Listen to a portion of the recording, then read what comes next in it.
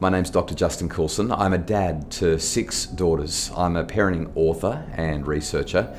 This issue of domestic violence and respect for all people, but particularly respect towards women, is such a personal issue for me. I have 6 daughters, and I want them to grow up in a society where they are respected for who they are. This campaign really highlights that the things that we accidentally say, the things that we don't mean to say, or the things that we say without even thinking about them, some of those things can actually promote disrespect. And disrespect can eventually lead to violence. But when we stop it at the start, when we stop disrespect right where it comes out of our mouth, or out of the mouth of one of our children, or one of the students that we look after, or one of the kids in our coaching team, we can actually stop it right there so it never gets to the violent stage.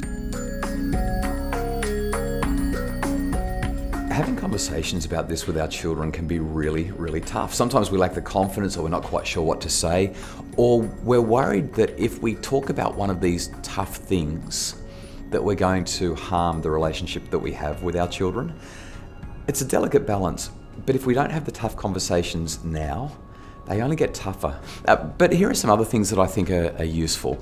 Number one, we should call it when we see it. We should stop it at the start. In a respectful way, we should say, that was disrespectful. I wonder if you can think of a better way to say what you just said.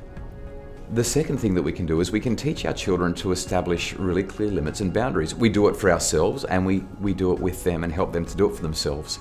So we teach them that certain things are not okay. And if somebody does something to them that's disrespectful, that they are equipped and have the confidence to also say, that's not okay. That's disrespectful. This is going to sound almost ridiculously simple, but if we want to stamp out disrespect, we've just got to be kind. Now, I know that that's not scientific, and I know that we don't need a 20-page or a 400-page report to say it, but be kind, because underlying all respect is a recognition that another person is a human and we need to treat them well. We need to treat them kindly. If we want respectful relationships, if we want respectful communities, respectful schools, respectful families, respectful people, it starts with one thing: kindness.